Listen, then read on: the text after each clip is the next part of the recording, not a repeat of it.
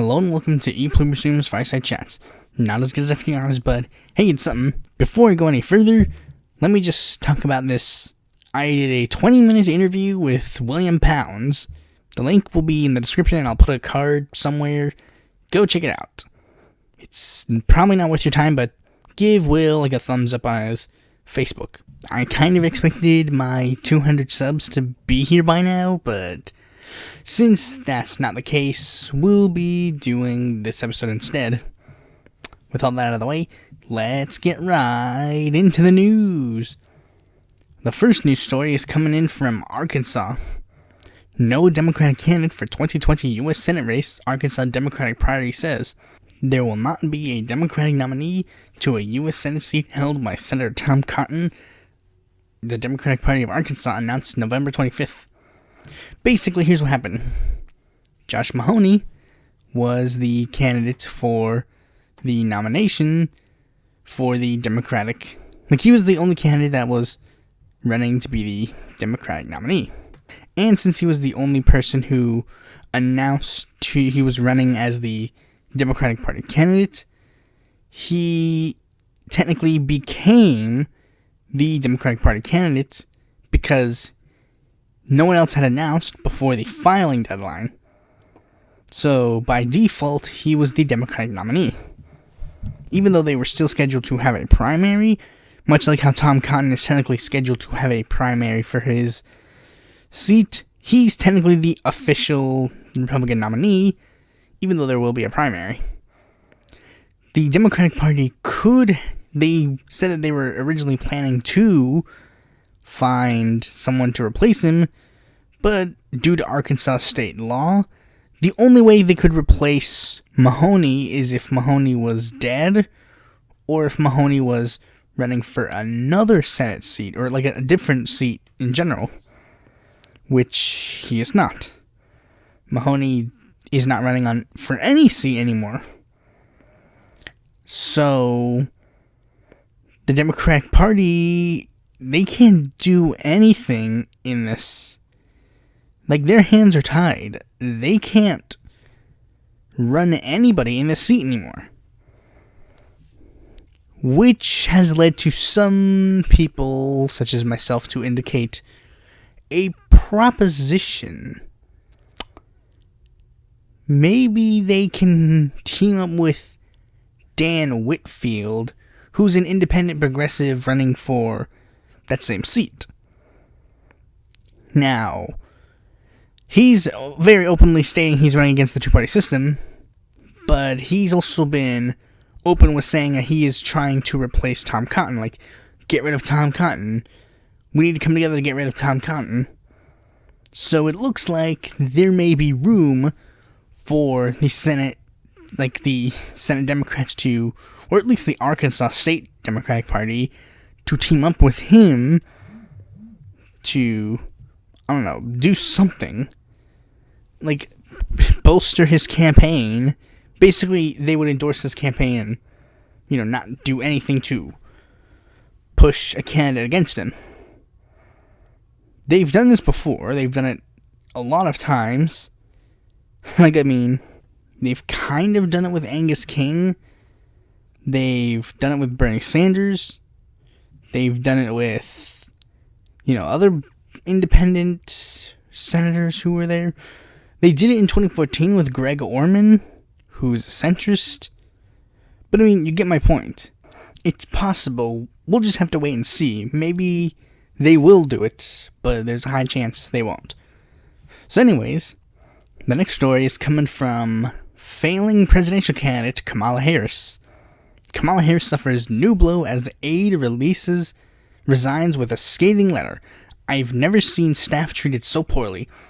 A blistering resignation letter from a former member of the Kamala Harris campaign paints a picture of the low morale among staffers of a directionless campaign with no real plan to win ahead of the crucial Iowa caucus in 2020.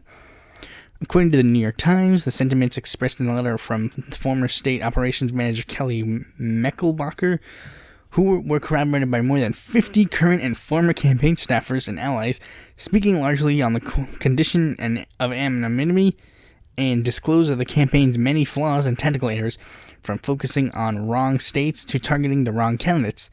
As a frustrating campaign staff draws closer to the 2020 Democratic primary, which at one point counted the California senator as a likely star. Basically, there's a lot of people who, like, the campaign staff has pointed to Kamala Harris being just a shitty candidate. You know, like I said, focusing on the wrong states, targeting the wrong candidates, etc., etc. There's been quite a few interesting developments. Like, some of them have even went to Mike Bloomberg's candidacy. Some, I think, are jumping ship to Warren, I think. But pretty much everybody has kind of concluded at this point Kamala has dropped from relevancy. Like, I mean, it's true. I stated before that everybody was thinking, like, Kamala Harris could be the biggest threat to the Bernie or the blah, blah, blah. Could be the threat. But, I mean, it's pretty clear she's not. Kamala Harris is failing. So's Joe Biden. Pete is on his way of failing. But, I mean, these corporatists, they all fail at one point or another. We'll see what happens next in the Kamala Harris saga. It may be at one point we'll be getting Kamala Harris drop out. Who knows? The next story shows that there's a bit of a light in the darkness. AOC rakes in $1.42 million in third quarter, topping both Pelosi and Schiff. Representative Alexandria Ocasio-Cortez pulled is what is being described as an unprecedented fundraising haul in the third quarter of the year, outraising top Democrats in the House of Representatives as party leaders move forward with the controversial impeachment inquiry. With $1.42 million in the bank, the progressive star raised more for her re-election campaign than any other House Democrat, with the vast majority of individual donations totaling less than $200. This is obvious and really telling. You know, people are sick and tired of politics as it is. They want new people with new ideas, like new progressive change, and AOC is the embodiment of this. Like, AOC is the one candidate that embodies this. Well, I mean, there's only one other candidate that embodies this, and that's Bernie. But AOC in the House of Representatives is kind of the person who embodies the big change. Like, she is the future of the Democratic Party to an extent. She's not the direct future. Like, I mean, technically, when Pelosi and Schiff are no more, Cherry Bustos will be in charge. But then after Cherry Bustos is gone, guess who's next? AOC.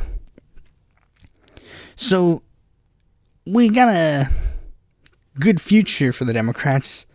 Let's just hope we can make that future sooner rather than later.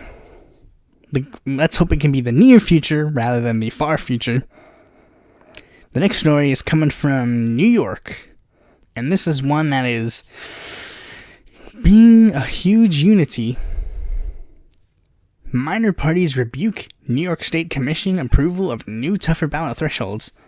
Minor party candidates in Syracuse and across the state will have an even harder time getting traction under the new rules proposed by the state's Public Campaign Finance Commission. Gloria Matera is co-chair of the Green Party in New York State. Basically, this was an attempt to assassinate smaller parties. The new threshold for maintaining ballot access jumps from 50,000 to 130,000 votes in a gubernatorial election.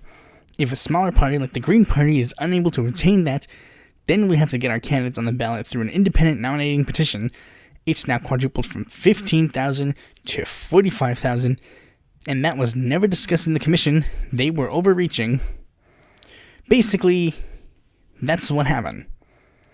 New York State has passed a law saying that the 50,000 vote threshold to get third parties on the ballot in a gubernatorial race isn't good enough. And now they need 130,000 votes. 130,000 votes. They need that much votes to become, they need those votes to become like a major party in New York size. Now, this begs the question, why is this happening now? Well, many people have noticed the obvious, but if you don't know, let me explain. Andrew Cuomo didn't care about third parties at all, but he let them do what they do, and even started a couple of third parties, because Cuomo has used third parties in New York for, ballot lines and such. But I mean, he's never really done anything to help third parties, but he's always used them when he can. But he's used the Liberal Party ballot line before. He's used the ballot line of, the Working Families Party a couple times. He formed the Women's Equality Party just so he could get a ballot line. So basically, here's what's happening. In 2018, the New York Working Families Party endorsed Cynthia Nixon over him in the Democratic primary. As such, there was a potential that they would not give him their ballot line. They inevitably did when Cynthia Nixon lost the Democratic primary, but Cuomo obviously wanted to punish them. And he is doing so right now. He is punishing them for doing that. And by extension, punishing literally every other third party candidate. Because here's the thing. The 50,000 vote ballot line, that vote threshold, has worked for third parties a lot. Let's take a look at the biggest third party totals. The Conservative Party, the Independence Party, these parties, they do well, but they don't do that good in that particular voting threshold. The only political party that would beat that, there would only be 3 political parties that beat that 130,000 vote threshold. Democrats, Republicans, and the Conservative Party of New York. Literally every other third party just thrown under the bus. Which is true. It's true. That is what they do. That's what's gonna happen to them. They're gonna get thrown under the bus as soon as this thing goes into effect. Because the Green Party, the Libertarian Party, the Serve America movement, especially the latter two, because they just got on the ballot with the 50,000 vote threshold, they're not gonna survive another threshold. And you might say, well, but did you have the petition thing? Yeah, the petitions are turned away a lot.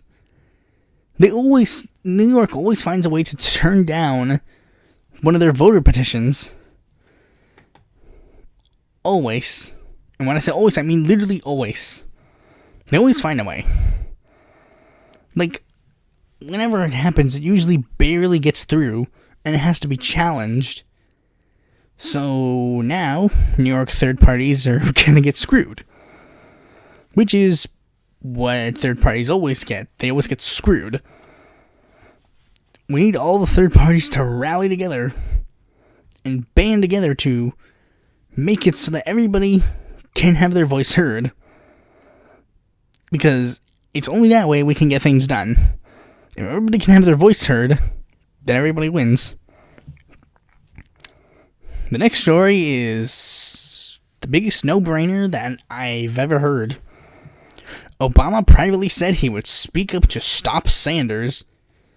President Obama privately stated he would speak up to stop Senator Bernie Sanders from becoming the Democratic presidential nominee, Politico reported Tuesday.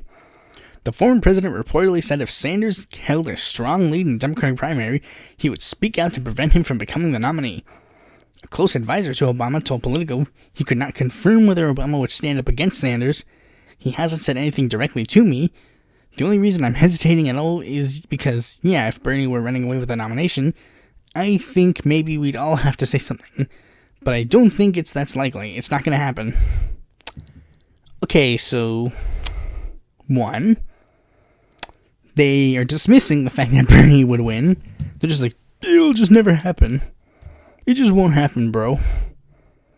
And second, they clearly saying they would speak out against him if he was winning, despite the fact that Obama stated that he would keep quiet in this 2020 Democratic primary nomination process. He stated that he would keep quiet this time around, but he's literally just saying, nah, I won't do that. I won't. No, duh, he would do this. It's obvious. He doesn't want a Sanders presidency. The elite does not want a Sanders presidency. They want Joe Biden. They want Kamala Harris. They want Cory Booker. They want Pete Buttigieg. They'll take Warren, but they don't want Bernie. Because Bernie is literally the establishment's worst enemy. He's the establishment's worst enemy. And that's why people love him. They don't want the establishment anymore. They're sick and tired of the establishment, and they want the hope and change that Obama pretended to be. And that's why Bernie is winning. Bernie is the most likely person to be the Democratic nominee because everybody is sick and tired of this. They're sick of politics as usual. They want something new. And Bernie represents something new and will do it. And screw Obama. And the thing is, Obama's still seen as really popular. Even though literally a lot of stuff about his past has been exposed. We see that he was a corporatist warmonger. We see that he bailed out the banks and screwed the homeowners. We see he killed a bunch of innocent people. We see that he told the people in Flint, Michigan to go fuck themselves. We see this. But people still like him. I don't know why. I don't get it. Well, I mean, I do get it. Obama is charismatic. It's the reason why old Ronnie Reagan somehow gets to be popular. He's a shitty president, but he was charismatic, so they're like, we'll let you off the hook. It's the same reason why Bill Clinton is popular. People like Bill Clinton because he was charismatic. Okay, so anyways, now on to the smaller candidate of the day, Nick Biller. Nick Biller is a refugee and immigrant from Hungary, and he became a Navy helicopter pilot, and he became a Navy doctor. He's running for president as an independent. What are his policies? Well, let me just rattle through them.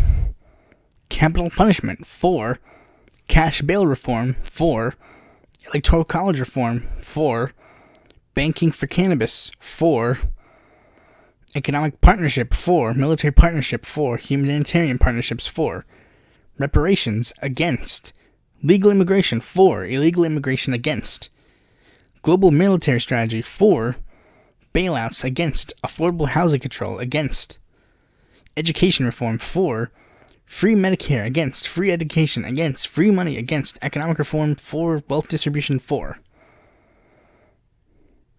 First Amendment, 4. Second Amendment, 4. Registration and licensing, 4. Firearm education reform.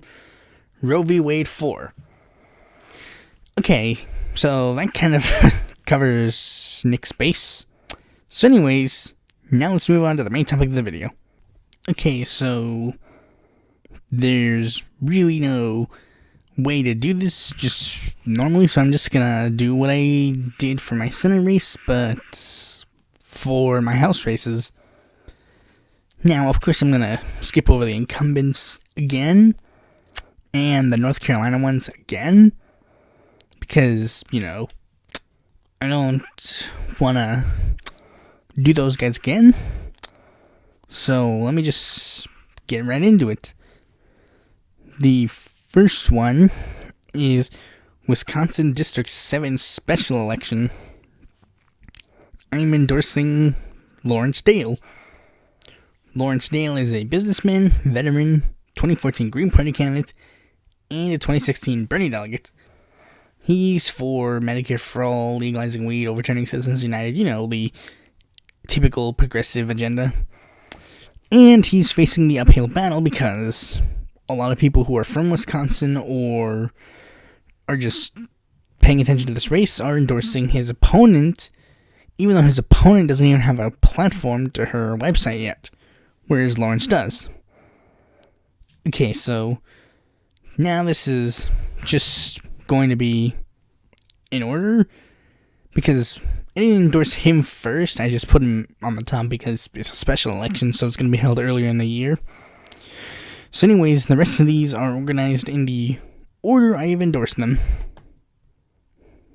First, in California District 50, we have Amar Campa-Najjar. Now, Amar Campa-Najjar was running for the same seat in 2018 with Justice Democrats.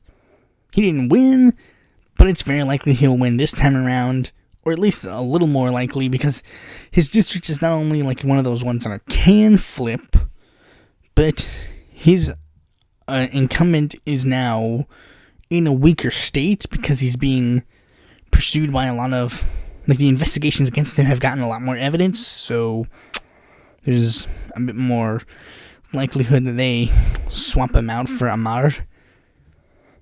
The next one is Kara Eastman for Nebraska District 2.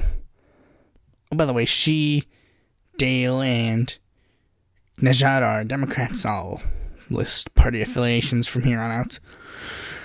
She was a Justice Democrat who ran for the seat in the last time around, so I endorsed her candidacy last time around, and I'm going to endorse her again because I think she's a really solid candidate and will do well. At least as well as she did last time. The next one is Cori Bush. She was the first Justice Democrat to run in the 2018 midterms. So, I missed her campaign that time around, but I'm not going to miss it this time around. It's one thing that there are two things that have been kind of obvious with my endorsements. Is one, I'm trying to re-endorse the ones that I endorsed last time around, and two, if they ran last time around and I didn't know about them, I'm going to try and rectify my mistake. She's for the same progressive policy planks as before. For Arizona District 1, there's Eva Putzova, who's a Democrat. She's a former city council member of Flagstaff, Arizona. She's running on a super progressive platform and is endorsed by one or two of the big progressive organizations, Brand New Congress, or I think Brand New Congress, yeah. The next candidate I'm endorsing is, in Washington District 10, Joshua Collins, who's a Democrat. He's been making his way around the progressive sphere as the Democratic Socialist truck driver, and is kinda hot shit at the moment.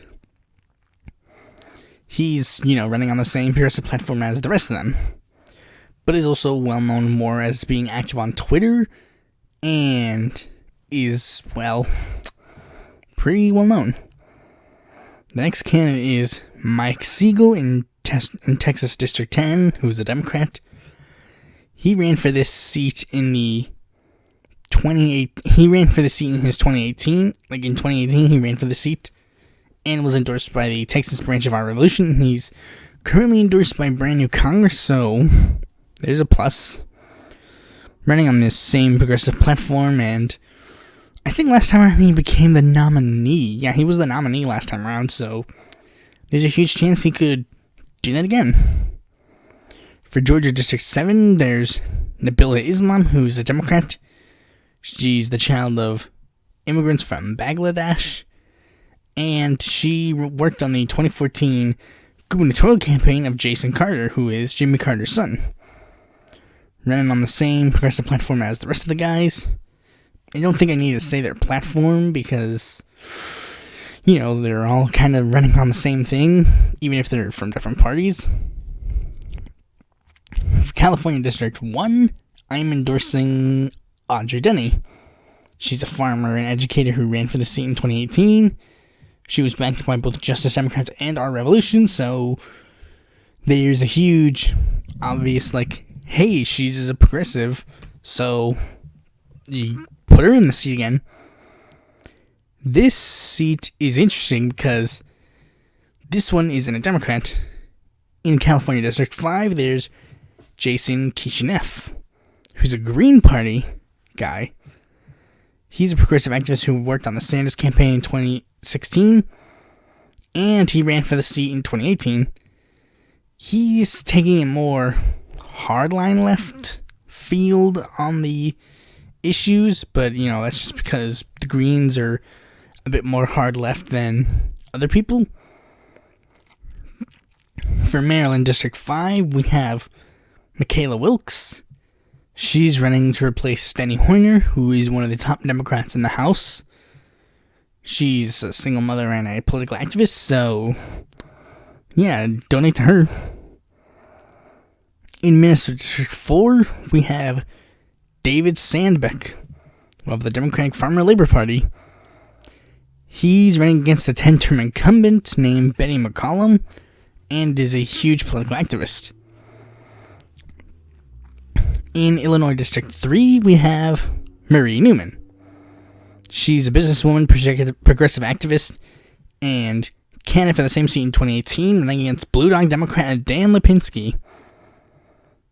I'm going to put an asterisk on this one. If you've been to my website, you'll see who this is, but I'm going to put an asterisk on them for the moment. Because I'm doing some digging on him, just in case. In California District 12, we have Shahid Buttar. Now, Shahid Buttar is interesting.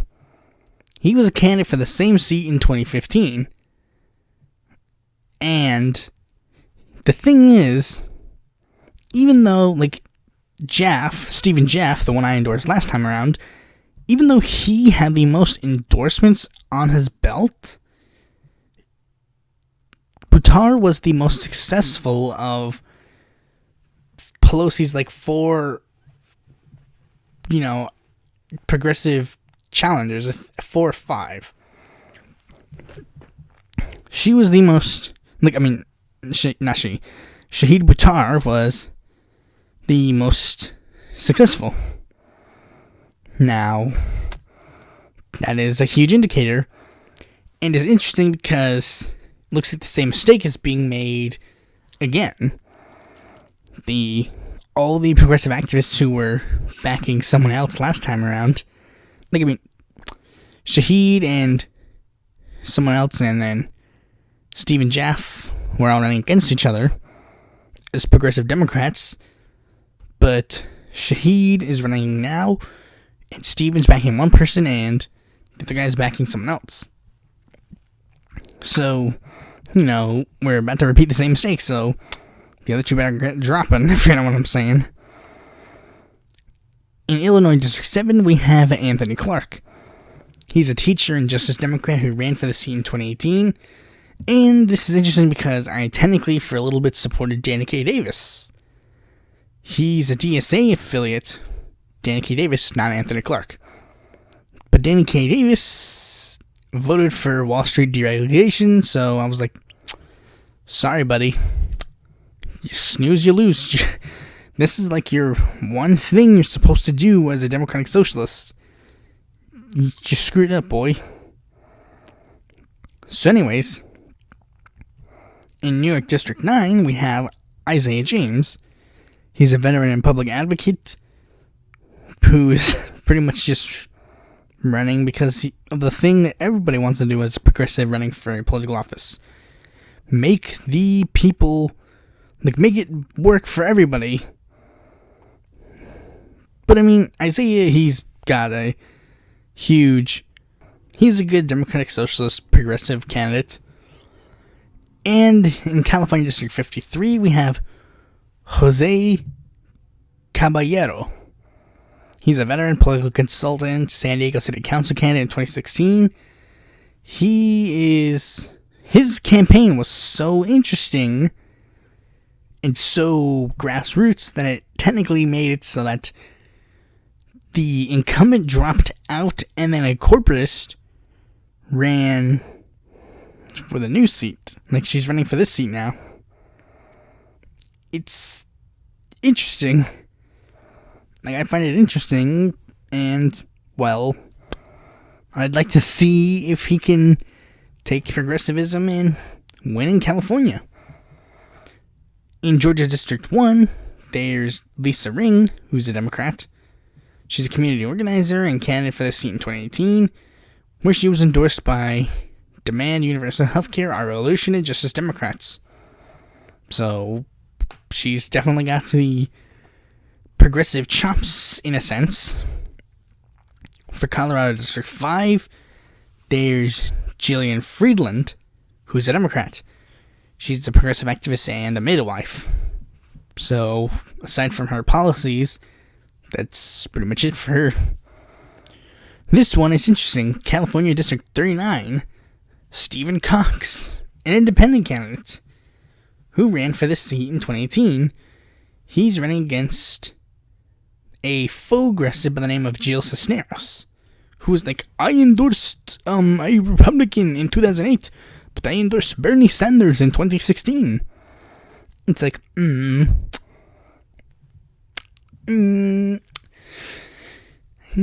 sure, bro.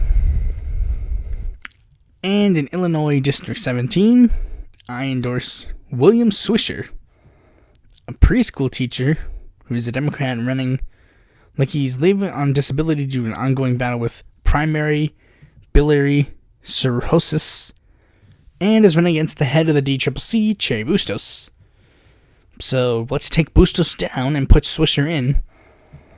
In Oregon District 5, we have Mayor Mark Gamba. He's the mayor of Milwaukee, Oregon, and a huge environmental activist endorsed by, he's endorsed by these progressive groups like Brand New Congress, and is running against New Democrat Coalition member Kurt Schrader. In Texas District 28, we have Jessica Cisneros, immigration and human rights lawyer, running against Blue Dog Democrat Henry Queller. She was the first non-incumbent Justice Democrat candidate of 2020. I wish I could endorse the other one, but this one seems a bit more pertinent. Not the other candidate in this race, but the other first non-incumbent Justice Democrat. There's an explanation for that, but I don't want to get into that. I want to get into who I am endorsing. But Jessica Cisneros, many people have been pointing at, exactly, they're trying to make a new AOC with her, and, yeah, sure, so be it. In Arizona District 6, I'm endorsing Anita Malik. She's a tech executive, entrepreneur, and candidate for the same seat in 2018. She was the first non-incumbent House candidate to sign the TYT Progressive Economic Pledge. And that's interesting. Well, to be fair, maybe someone did, but they just didn't add them, because apparently that's a thing. They just don't add you for some reason.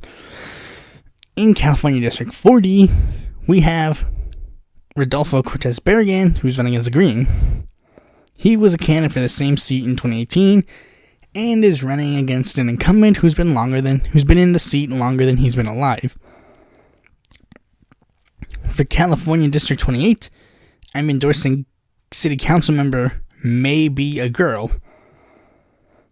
She's a drag queen, and is technically the first drag queen to be elected to public office in the United States.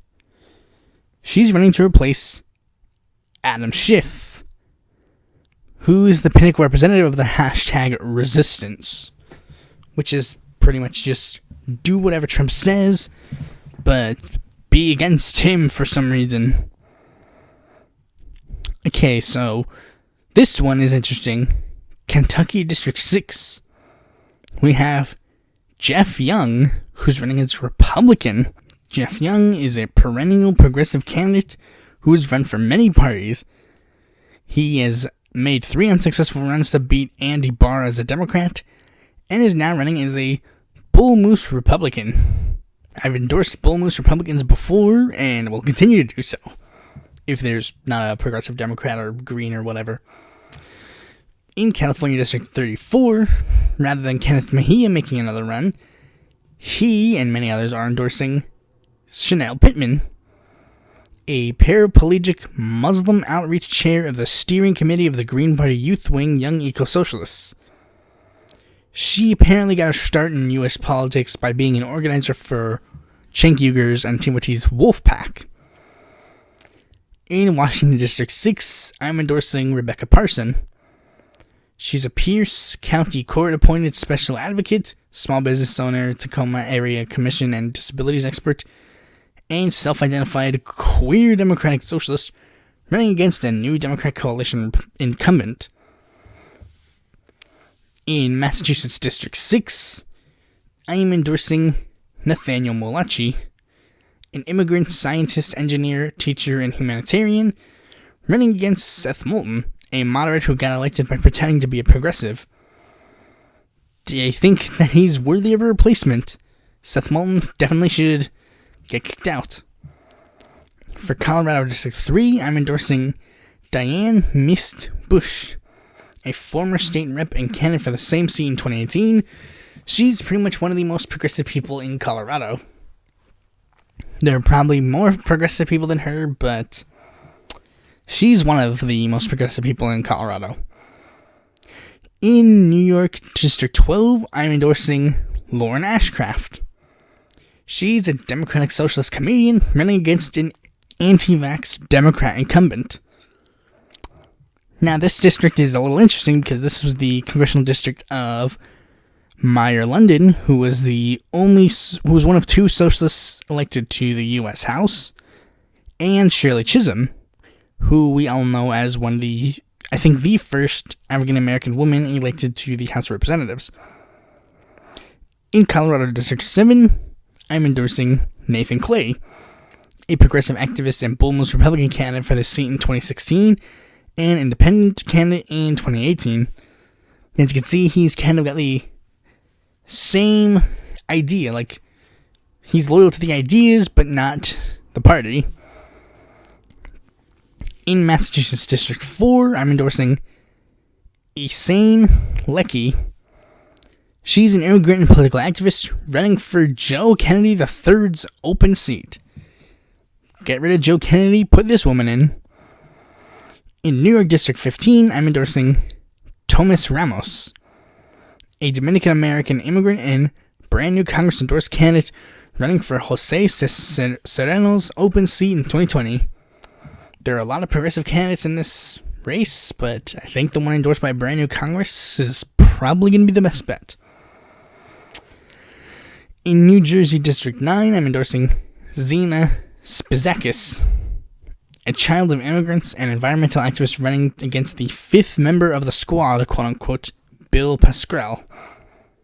I mean, come on, Chewy has Bill Pascrell beat you on that tenfold, dude. She's running to basically truly be the 5th member of the squad. She's also been making rounds by openly endorsing other progressive candidates running for office. In New Jersey District 6, I'm endorsing Russ Cirincione. He's an attorney running a progressive challenge against a progressive named Frank Pallone Jr. He's pretty much the real progressive to the faux-gressive.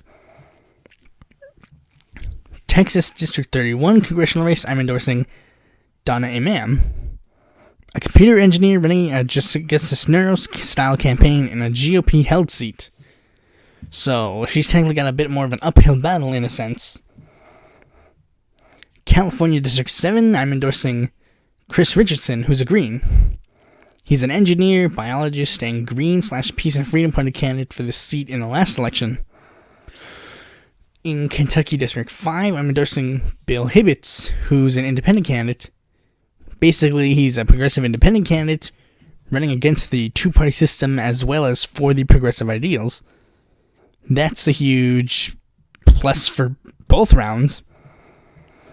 For Wyoming at large, I'm endorsing Carol Hafner.